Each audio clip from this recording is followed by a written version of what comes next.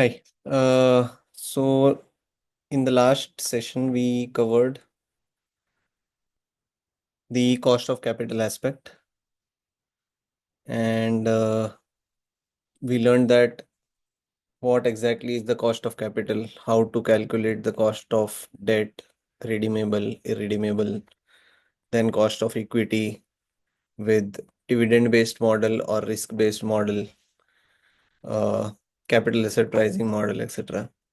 Now, in this part, we will be learning about how to structure the capital of a company, as in what would be a good mix, what leverage or gearing should be maintained, and what theories are available.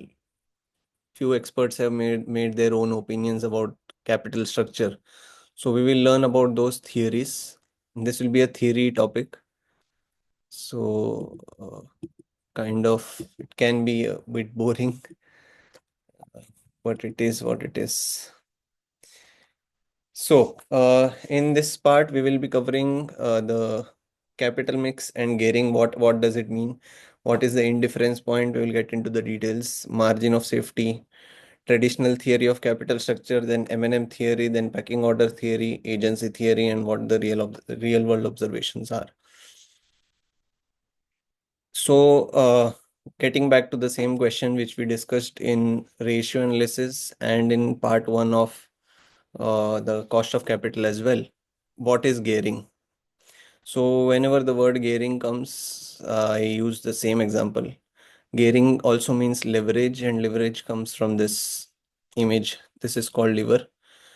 So again, when we talk about financial leverage, why I came back to this topic is now there's a discussion of financial leverage and operational leverage. So the concept remains the same. Lever, the word lever comes from this. The yellow portion is the debt, pink portion is the equity, and the ratio between these two is the mix of debt and equity, that is the gearing. And gearing can be calculated in two ways. One is debt upon the total capital, that is yellow divided by total stick, or yellow divided by the pink, right? That we discussed in ratios as well. So the logic remains same. What is financial leverage? The ratio of debt to the capital. Now, if this is financial leverage, then this is a formula which I mentioned. Then what is operational leverage? It's the same thing, just that the debt portion was the fixed interest rate debt, and here it's the fixed cost compared to the variable cost. So when we talk about financial leverage, it is debt to equity. When we talk about operational leverage, it is fixed cost to variable cost ratio, right? So what is the implication of it? So if your operating gearing is high, and then your profits are very sensitive for the change in the EBITDA. This understanding this by theory will be difficult. So let's move on to numbers. How does it look in an example with numbers? Okay. So I have taken two examples here to compare. Okay. So both have, so let's say these are two companies and these are financials of the two companies. Both have same sales amount. Okay. Both have same operational profit, 30,000, 30,000. But the breakup is different. Here, variable cost is 30,000, fixed cost is 40,000, total is 70. Here, variable cost is 15 and fixed cost is 55, total is 70. So the operating profits remain same, just that the gearing ratio of them is different. Okay. I have kept finance cost as same, 10,000 for both. So the final profit remains the same, 20,000, 20,000. Now both have 10,000 shares. So earnings per share is 2 per share. That remains same for both of them. And if we talk in terms of gearing, see, operating gearing of this company is 2.33, which means contribution upon operating profit. The formula for operating gearing. And formula for financial gearing is operating profit divided by profit per share. Profit for shareholders. So this shows the sensitivity of your profit. So when we talk about operating gearing, it shows sensitivity of operating profit with respect to change in contribution. When we talk of financial gearing, it talks about sensitivity of profit with respect to change in operating profit. Okay. So now these two companies are here. One has a lower operating gearing compared to the other. Everything else is same. So let's say if uh, so here once again, the operating profit margin is 30% here, 20% here, 30% here, 20% here. It's same, right? I have just copied this and pasted it here. Okay, so that it doesn't change when I change the values. I've copied this and pasted it here. Similarly, I have copied this and pasted it here. So now these numbers are fixed. Now let's reduce the sales of both the companies by 10%. So I am multiplying it by 90% and I am multiplying this by 90%. So you see, everything was same, just that gearing ratio here was more, right? So now by fall of sales by 10% in both the companies, the operating profit went down by 4%. Earlier it was 30, now it is 26. It went down by 4%. Profit for shareholders was 20% before, now it became 14%, which is fall of 6%. But in this case, the operating profit fell from 30 to 24, which is 6% fall, and profit fell from 20 to 13, which is 7% fall. So everything was same, just that gearing was higher here. In this company, gearing was higher. So the same amount of fall in sales has a higher impact on the profits. So that's what is mentioned over here. If the operational gearing is high, the profits are more sensitive to the change in sales. Similarly for financial gearing. Okay, so this topic is done. Everything that I explained on Excel is what is mentioned in this PPT. So you will read it when you download. Okay. Now there's a concept of indifference point. So indifference point talks about uh, if we talk about two different projects and their capital structure. So let's talk this with example here. It will be better to understand. So if there is two project or two plans, plan A, plan B, and one plan is we will execute the project only with equity, and the other one is we will use debt and equity both, right? So the question is, what is the amount of EBIT at which the EPS in both the cases will be the same? So I'll repeat once again. At what amount of EBIT the EPS for both the projects will be same, right? Why are we trying to find this? I will explain you after some time. Let's understand what it is exactly. So let's see this as a formula. Okay. We are finding what amount of EBITDA, which means a common amount of EBITDA for both the project at which the EPS will be same. And what's the difference in between? One company will have interest expense, which has debt. The other company will not have interest expense because it doesn't have debt. And the number of shares will be different for both. So ideally this should be Z. So because since this is without debt, but funds required for the project will be same. So these will issue more shares to generate same amount of capital. So number of shares will be different, interest will be different.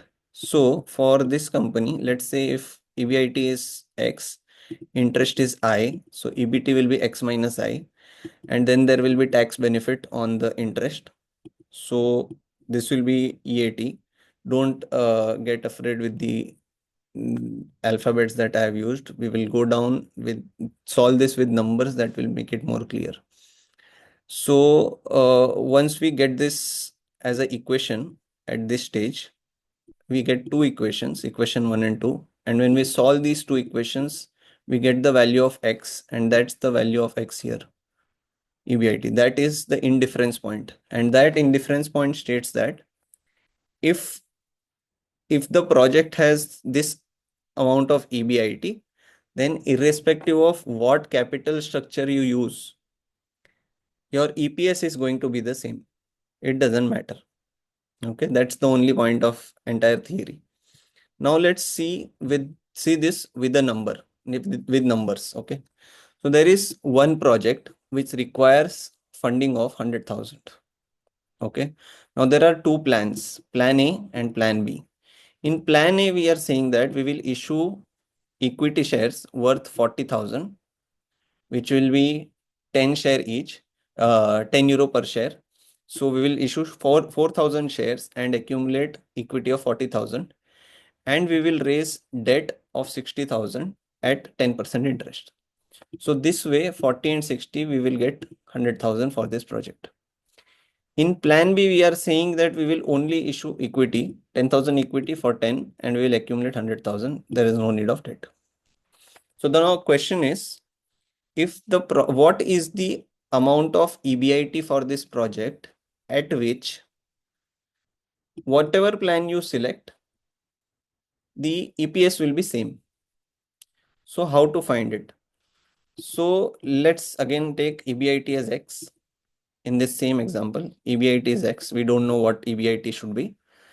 In this case, plan A, interest will be 6,000. That is 60,000 into 10%. And in this case, there will be no interest because there is no debt. So EBT here is X minus 6,000. And EBT here remains X. Now there will be tax saving of 30%. So 30% of this is tax, and 30% of this is tax. So what remains is this into 70%. Basically, this into 70% remains here, and this into 70% remains here. Divided by number of shares, 4,000 shares here and 10,000 shares here. So we get two equations finally. That is this. Now here we need to solve these both equations, this into this and this, right? So here we have this thing in common, 1 minus 30%, 1 minus 30%. We cross this out. What remains is X minus 6,000 divided by 4,000, X divided by 10,000. Multiply 2.5 in the numerator and denominator to make a common denominator of 10,000. So you get 2.5x minus 15,000. This is common basic mathematics, okay? 2.5x minus 15,000. And here x upon 10,000, 10,000, 10,000 gets cancelled. So if you solve this, you get x as 10,000, which means if EBIT for this project is 10,000, then either you use plan A or plan B, it doesn't matter. The final EPS remains the same. Let's see if it is true or not. So in this same thing, I am replacing x with 10,000 here. So plan A EBIT 10,000, plan B EBIT 10,000, less interest 6,000, 0, EBT 4,000, 10,000 here, 30% tax, 30% tax, earnings after tax, divided by number of shares, EPS 0.7, 0.7. So this theory proves that how to calculate the indifference point. Now, why do we need this indifference point? Okay, so in the previous part, as well as no, in the previous part, we learned that cost of debt is cheaper compared to the cost of equity, because cost equity bears more risk compared to debt. They get paid dividend only if there is profit remaining after paying the debt. So since risk of equity is more, the cost of equity is more. That we learned. So here, if EBT is 10,000, then that's the indifference point where the capital mix doesn't matter. But if EBIT is more than 10,000, if EBIT is more than 10,000, in that case, if you use more debt, then your EPS will increase. Why?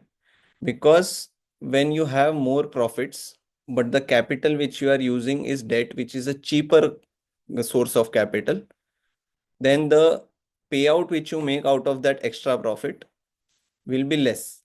So the remaining profit for the shareholders will be more. So theory says above this indifference point, if you have a EBT, then you should use more of debt so that your EPS increases. If your EBIT is less than this point, then you should use equity more, not debt. Because if your EBIT reduces, you will not have enough money to pay the interest for the debt. Then nothing will be saved for the equity shareholders. So below this point, increase equity. Above this point, increase debt. That's the entire crux of this theory. Okay. Getting back to this point. So whatever I explained in the Excel is again written here. If you understand by reading it. Okay. Then comes margin of safety. Next topic. So margin of safety is talking about, we found out that for this project, if EBIT is 10,000, then it is indifference point. Now in reality, the EBIT for this, when we calculate EBIT for this, let's say if it is 30,000, then the difference between this 30,000 and 10,000 is margin of safety, which means up to 20,000 fall in EBIT, it is okay to have more of debt compared to equity. But if EBIT falls more than 20,000 and goes below 10,000, then equity has to be more than debt. So what is the safety that you have from the actual EBIT to indifference point is called margin of safety. So this tells EBIT can drop before equity plan becomes better than debt. Nothing different. That's what I said. Okay. So this is short summary of what we did in last 10 minutes. We understood what is gearing and EPS indifference point and margin of safety. From here onwards, the theory starts. The real theory by many experts of financial management. So one is traditional theory of capital structure. This traditional theory says that every company or every organization has a optimum level of WACC, the optimum level of weighted average cost of capital, at which it has the lowest cost of capital, overall cost of capital. Below, if you change the ratio of debt to equity, if by more than that or less than that, then your cost of capital will increase, which means it says your cost of capital curve is a U-shaped curve, which you will understand in this slide. Okay. So traditional cost of theory says that it at initial stage, look at this. Okay. So this axis talks about cost of capital and this axis talks about debt to equity ratio, means debt divided by equity. So if your debt is very low, and we already have learned that equity is a costly capital since they have more risk. So at this stage, your cost of capital is high because you only have equity and equity is a expensive source. Now, as you start adding debt to this, as you start replacing equity with debt, your weighted average cost of capital starts to reduce. Why? Because since you are replacing expensive capital with cheaper capital, your average capital cost is reducing. Okay. And it comes to a point of inflection where your overall average cost of capital is the lowest. After this point, if you further increase your debt, Then after this, the equity shareholders uh, get stressed because you are taking more and more debt.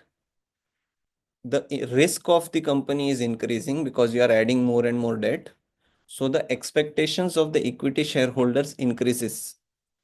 So KE, that is cost of equity, starts increasing.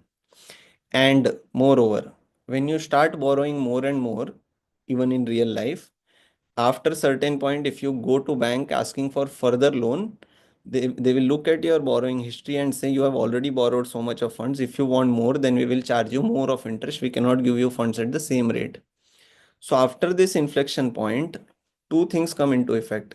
The risk of the equity shareholders increases, so their demand increases, and the borrowers, debt lenders also start asking for more money, more of the interest. So your cost of capital again starts to go up. So as per traditional theory, your cost of capital is a U-shaped curve. Now, this curve is only about cost of capital. Now we are breaking it into cost of equity and capital. Okay.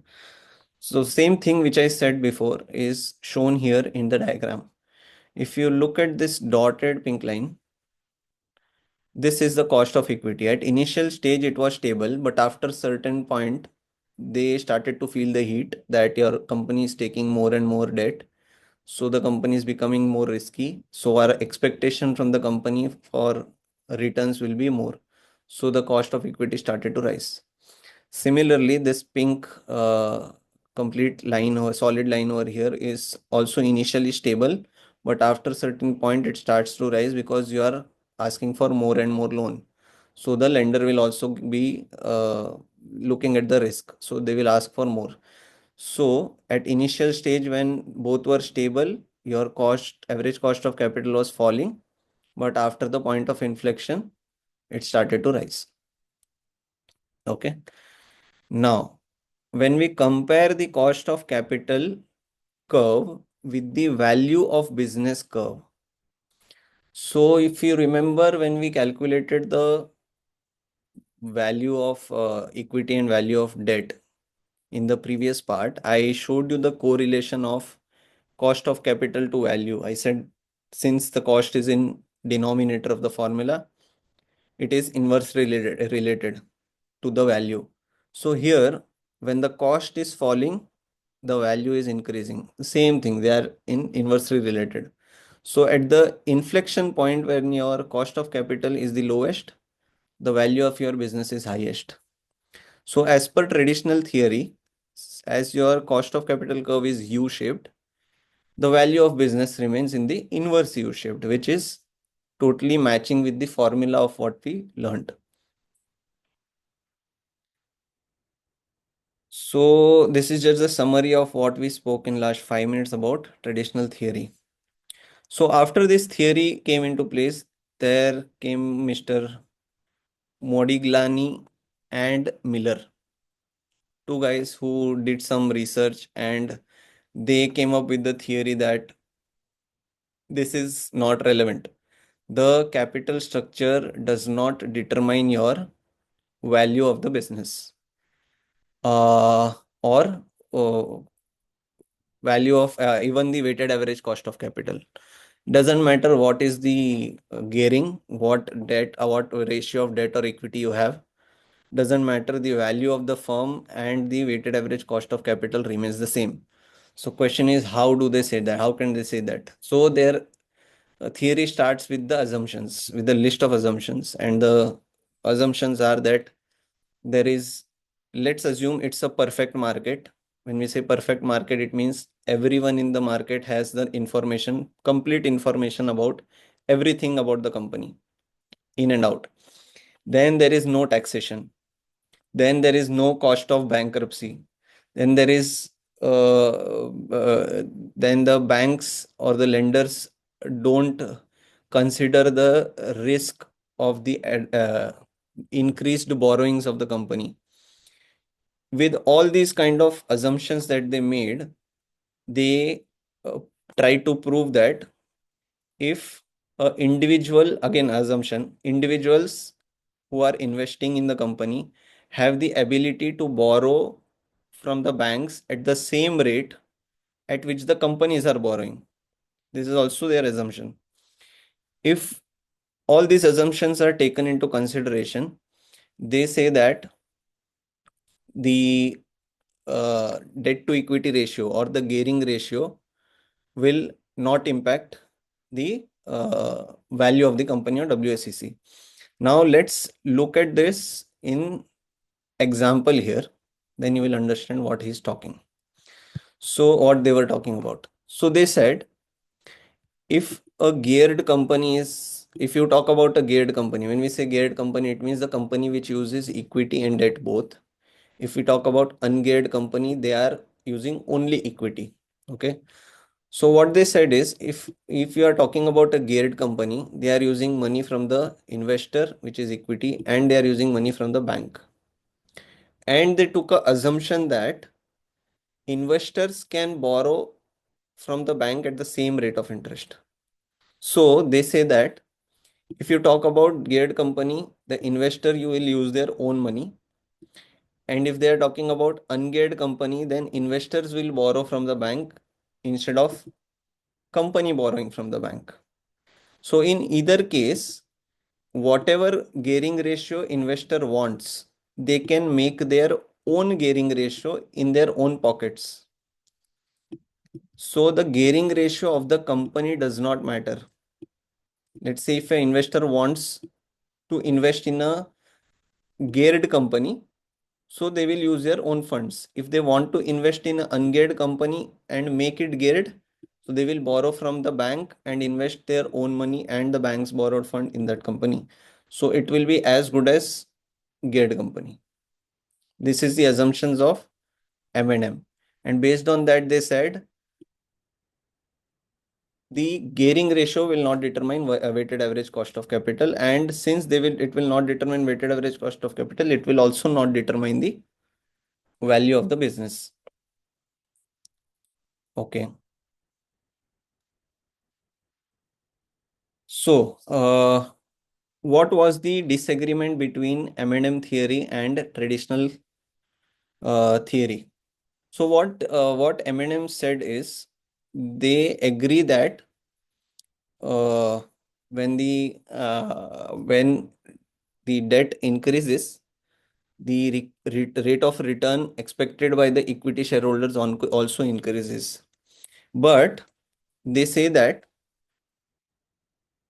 it is exactly proportional. As in their assumption said there's no bankruptcy cost, right? So according to them, the debt holders will not expect more return even if the borrowing keeps on increasing because there is no risk of bankruptcy. Then they also assume that there is no taxation, right? Their assumption list was no taxation. So in that case, the more and more and more that you take, you will keep getting the benefits of lower cost of capital from the debt, but it will be compensated equally by the increased risk of shareholders. So they will ask for more and more equity return. And the when you take average of these two, you will get a straight line of weighted average cost of capital. So this is how they proved that irrespective of at what level of borrowings you are, your weighted average cost of capital will be a flat line. And if that will be a flat line, your business value will also be a flat line. Okay. The benefits of additional debt is exactly offset by the additional cost, that is risk premium, the same thing which I said. There is no optimal structure as WACC remains constant regardless of whatever is the gearing ratio.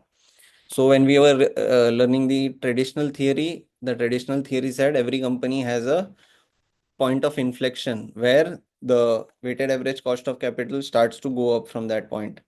But M&M says weighted average cost of capital is a flat line. It does not have an inflection irrespective of whatever is the gearing ratio.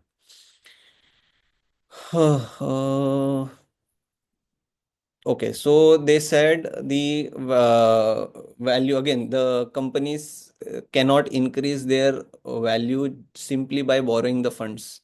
It is not possible. Uh, all the assumptions are again mentioned here. The difference is the value of short term and will be reduced quickly. So if they say that if company value, if company A and company B are completely similar in all aspects, but company A has debt component and company which is geared company and company B is ungeared company. And just because of this difference of gearing and ungearing, if the value of the firm is different, then it will create a arbitrage opportunity. Arbitrage opportunity means I'll explain you with the Excel. That will be better to understand with Excel. Okay, so it comes with the arbitrage strategy. So what does arbitrage strategy means? Okay, so before we learn that, I'll explain you basic arbitrage first. Basic arbitrage, what happens is, let's say if there are two markets, okay, market A, market B, like a local grocery store market, and nearby, and assuming there is no transport cost is zero. Now let's say if there is one product which is being sold for 10 euros in one market, and the same product is being sold in this market for 12. And as soon as if someone gets to know this, that the same product is being sold at different prices, what will smart person do is, smart person will buy it from the cheaper place and sell it in the expensive place to make profits. So until when it will happen? He will keep doing that to make profit, keep doing that to make profits. Until when it will happen? The demand and supply will change. Slowly, the place where it was being sold for 10, there the demand will rise because this guy is buying again and again. And slowly, the place where it was being sold for 12, the price will fall because the supply is increasing, right? So arbitrage means when there is a disparity in pricing and there is no cost involved to make profits between these two indifference. So the demand and supply comes into play to make it equal again. This cannot remain different indefinitely. Otherwise, person will keep doing it, and he will become billionaire just by doing this arbitrage, right? So arbitrage theory says pricing difference cannot be forever. It is only for a short period of time until it is being exploited, and it immediately gets recovered. So even in stock markets, let's say in earlier it used to happen that you in India we used to have two big markets, stock markets, National Stock Exchange, Bombay Stock Exchange. So people used to buy shares from NSE, National Stock Exchange, and sell at BSE when there was a price difference. And this is, I'm talking about many years ago when computer was not in place. So people did not see the prices changing instantly, right? So the prices used to be different in different stock markets. There were many markets, even in northeastern parts, West Bengal, there was markets. So people used to buy stocks in one exchange and go and sell the same stock in the other exchange where the information was not available and price was different. But that pricing difference used to get settled in 1 or 2 days as the demand and supply starts making those change. So that's the theory of arbitrage. Now let's come here. Why is it relevant here? Let's see. So M&M theory, M&M said if there are two firms, let's say firm A and firm B. Firm A is all equity and firm B has 40% debt, 60% equity. So in terms of numbers, let's say equity is 1 million here and debt is zero. And the same 1 million is split as 600,000, 400,000 debt to equity here. So to get this 1 million, firm A had to issue 100,000 shares. To get this 600,000, firm B had to issue 60,000 shares.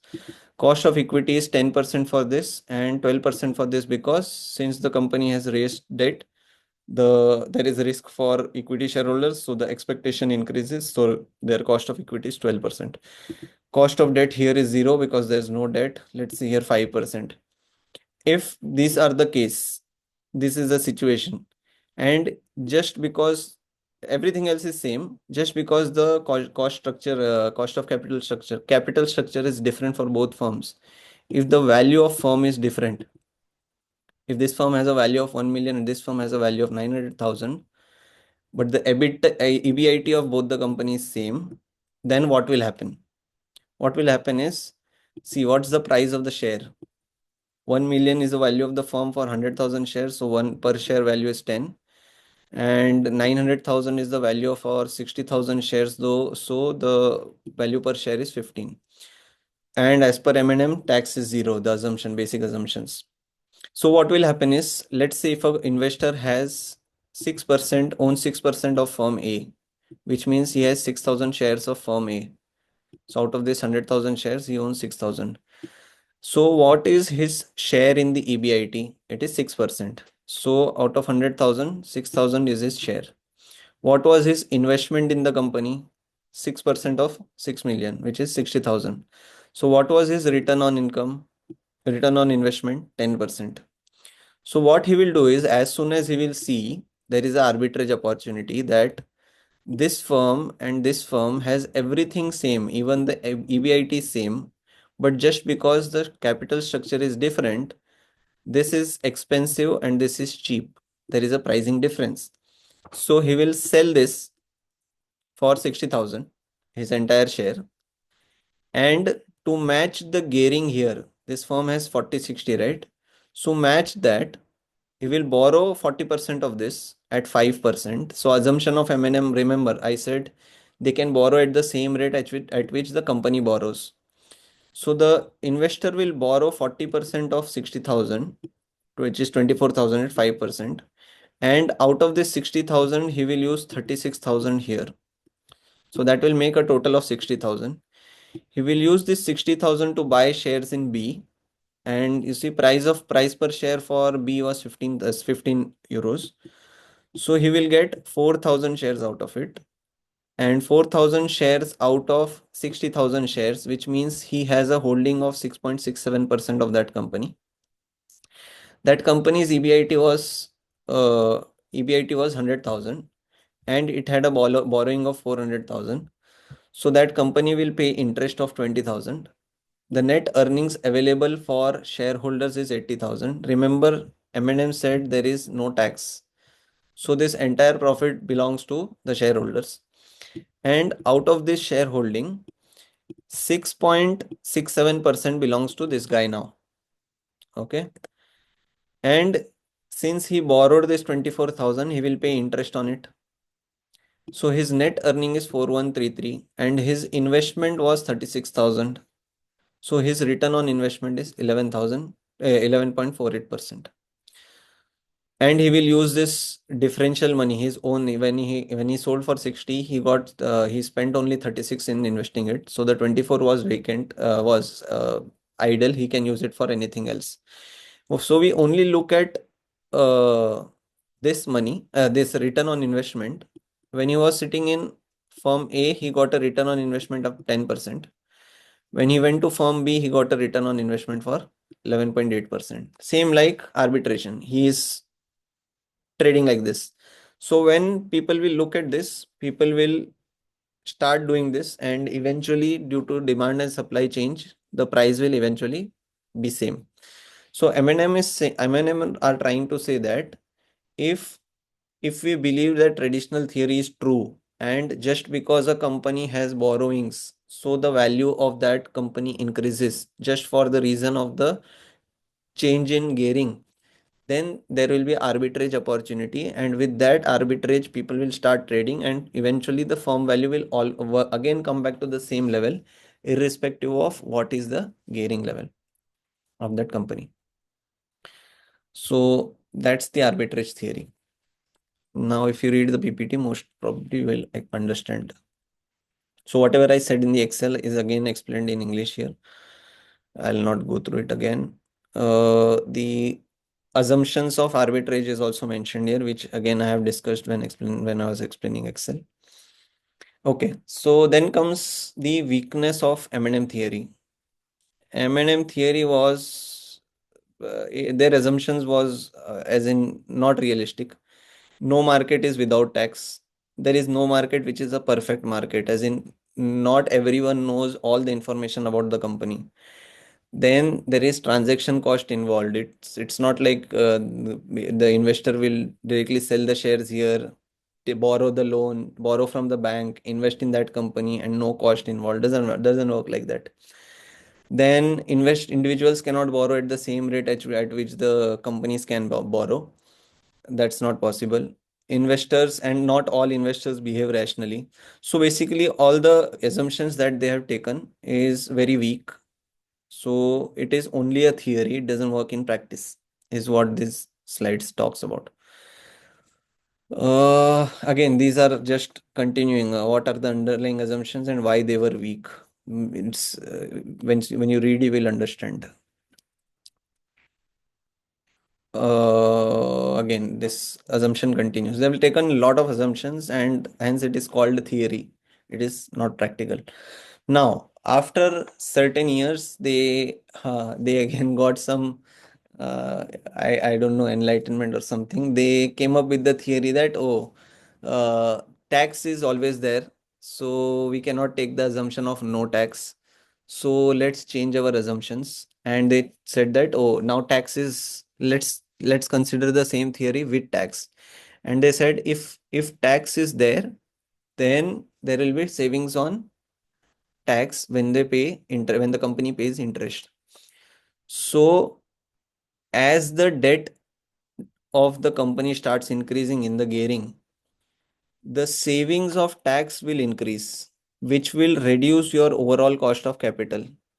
So now their theory says the more the debt you have, the lower is the weighted average cost of capital. Okay. And the only reduction is because of tax, not because of anything else. So they say their mindset also again remains the same, that the cost of debt is cheaper, the same graph which we saw. So as you keep on increasing the debt, it will become cheaper and it will be a cheaper source of funds for you. But the cost of equity will keep rising because risk for them is increasing, but which is proportionate to each other. But the effect of tax will reduce the overall weighted average cost of capital, which you can see in this slide.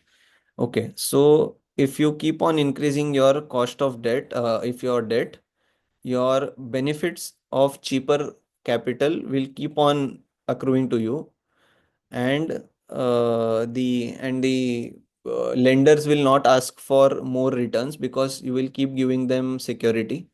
So they will not ask for more, is what their assumption is.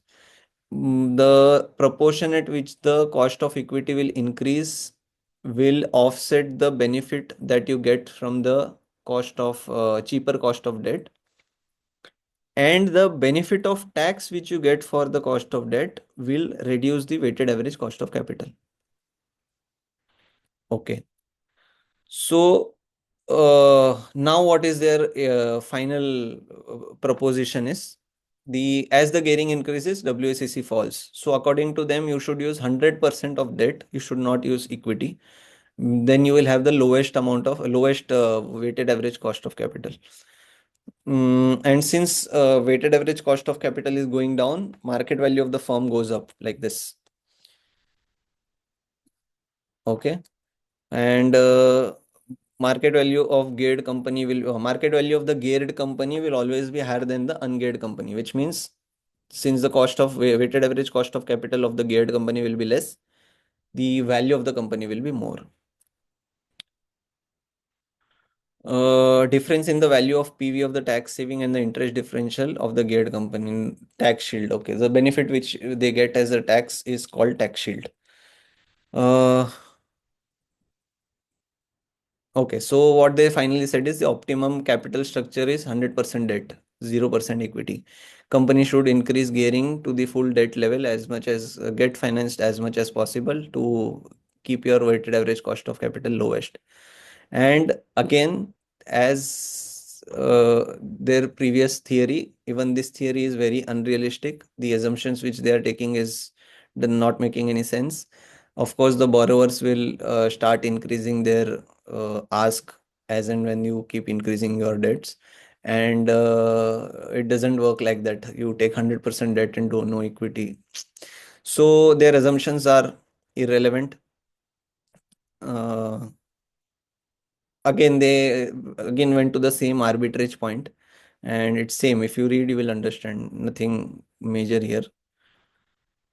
I have explained most of it. In fact, all of it. Okay, so what's the issues with M&M is?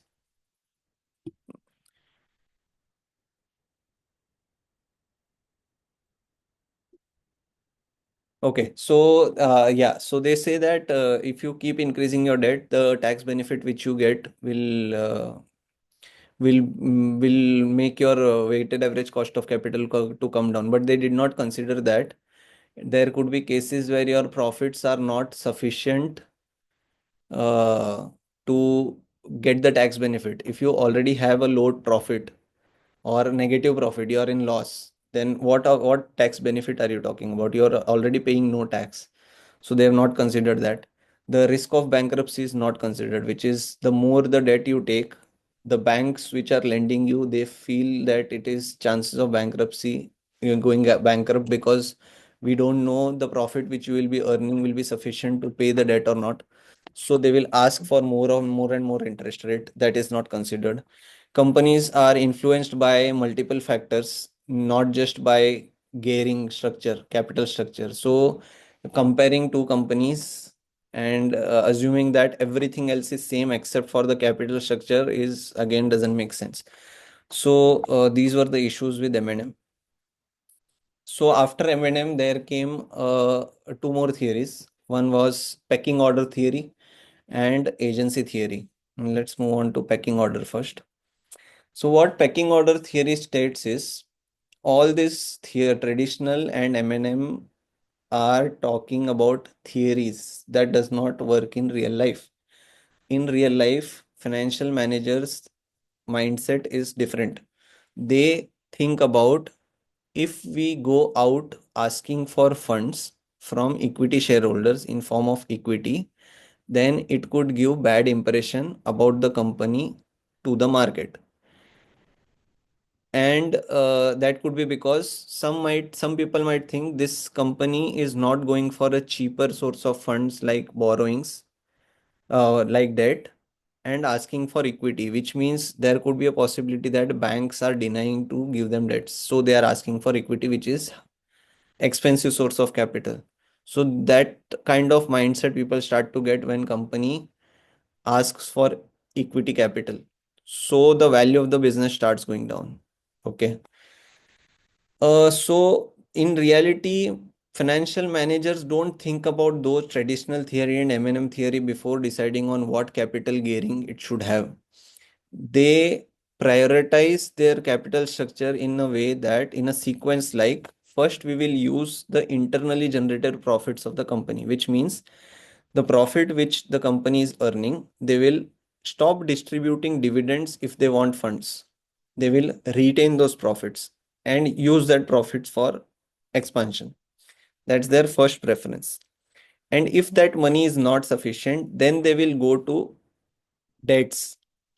And if they are not getting enough money from debts, then they will ask from the equity shareholders. This is how they decide the uh, mm, capital structure in reality. That's what this pecking order theory is stating. And pecking order is also saying that there is no market which is a perfect market. It is not possible that everyone has all the information about the company. Managers working within the company, management has more information compared to the people out there.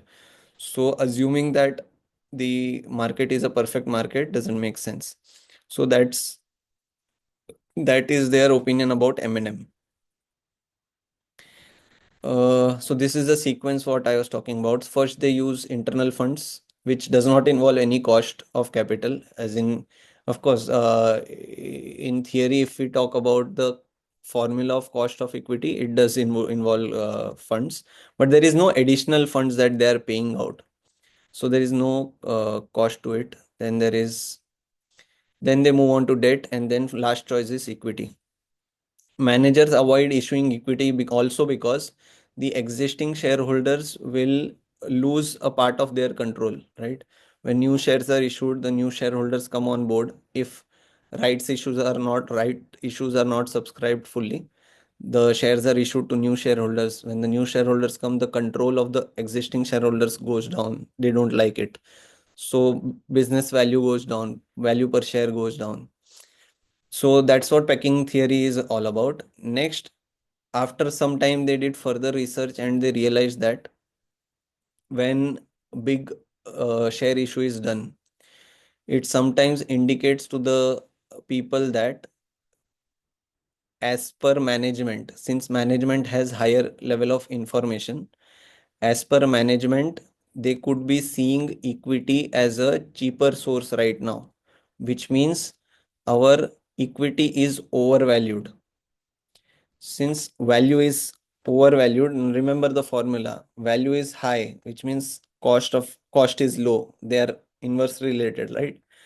So when company is issuing huge capital, huge equity shares, huge IPO, so the presumption that people get in their mind is shares are overvalued.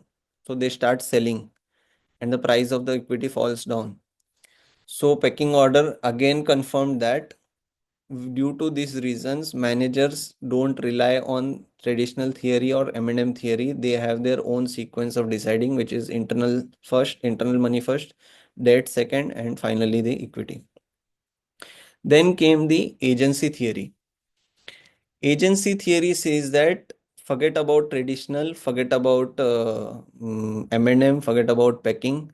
Agency theory says that to keep control on the managers, keep control on, see who is agency, what is agency theory. Agency is in reality the company shareholders are different and the people managing it are different, right? So these people who are managing the company are the agents on who is managing the company on behalf of the owners of the company, right? So to how to make sure that these managers are working hard enough to make highest possible profits for the shareholders. So this theory states that to make them work hard, you should not keep free cash flows in the company. Otherwise, they will be lose. They will not have any targets to achieve. So what to do? You take more debts and withdraw the profits that you get from the company. What happens? There will be no free cash flow in the company. And to pay the cost of debt, the managers will have to work hard to generate more and more profit. And that is how the shareholders will gain more and more profit from their investment. So agency cost theory says, forget about all the theories to decide what is the gearing we should maintain. Your gearing should be decided based on the agency cost theory, which means keep debts to an extent which keeps your managers enthusiastic and uh, kind of responsible to make certain level of targeted profit so that they are able to pay off the debt and as well as make profit for the shareholders. This was agency theory. It's plain and simple. Then what are the other factors which none of the theory has considered? Okay, every theory was talking about one or the other things, but none of them spoke about these factors which actually impact the influence the gearing in the real world. One is asset-based security, which means to like, even if the company decides to gear more and more, as in take more and more from in the debt form, they should have asset base to give it as a security. If they don't have, they can't do it, right? Second, there should be cash flow volatility, as in cash flow volatility also impacts how much gearing you will keep. As in if your earnings is very volatile, then you will not go for high debt because you don't know if your earnings fall, you will not have enough money to even pay the interest and you will go bankrupt. So the level of cash flow volatility also decides your gearing. Number three, what is the interest rates and stock market performance? That impacts how much debt you should take. what are the covenants and debt capacity? As in, when you go to the bank and if they give you a list of conditions, covenants, that you have to do this if you want to get the loan, and after you get the loan you have to maintain so and so ratios. If those are very strict based on your credit history, then again you have to decide whether to go for loan or not. What is the cost of issue? Let's say if you want to issue equity shares and you go for the issue, what is the cost involved? All that impacts how much gearing you should have. So what is the preference of the management? If management is very risk averse, they don't want to take much risk, so they will not go for higher debt. Then what is the industry norms? If within the industry, if you are the only company with more debt, then the investors will not look at you with the good image. So that will impact the value of the firm. What is the investment opportunities? As in, let's say if you have a project that in which you want to invest and you have a very limited time to invest there, so you don't have option of equity, right? Equity takes a lot of time. You need to get valuation. You need to get approvals from various authorities to list your shares and get funds. So debt is the quickest way. You go to the bank, do the compliances, do some formalities, and get your loan. So the timing, investment opportunities are also depending on influences what gearing you should have. Uh, then retention of control, as in how much control do you want to lose out after giving equity? If the existing shareholders think, no, we don't want to lose the control, take debt, then debt it is. And what is your operating gearing? If operating gearing is already high, which is your fixed cost is already a high portion, then increasing your debt could be a deadly combination of high operating leverage and high financial leverage, right? So even that influences your gearing ratio. So overall, all these factors impact the gearing, but none of the theory has spoken about this. So what's the conclusion about this capital structure is, traditional view says that there is a optimal level. M&M says there is no optimum level. Both relevance have a point, but they both are irrelevant in reality. Uh, Companies have many factors which influences their gearing. So with this, again, in reality, let's say it's a small startup company. They will focus more on equity, less on fixed debt, because their cash flows are very volatile. They don't know how much they will be able to sell or generate cash flows. So taking more debt means they are taking more obligations to pay the interest, which they may not be able to generate cash flow. And before even they start with the good level of operations, they will have to go bankrupt. So they prefer equity more. A matured, good level of huge company which has already established a well-settled company will go for more and more debt, because it's a cheaper source of capital. Their cash flows are very stable because they're matured companies. They know how much they sell. Few percents up and down keeps happening, but overall they are well settled. So in that case, they will take more and more debts, because it will be cheaper source of capital for them. The value generated for the shareholders will be much higher. So all these factors are matters that influence the gearing or the capital structure in real world. With this, the chapter ends, and I guess I have covered all of the topics which Thomas had in this chapter. So, yeah, thank you very much. We'll come back with the next topic.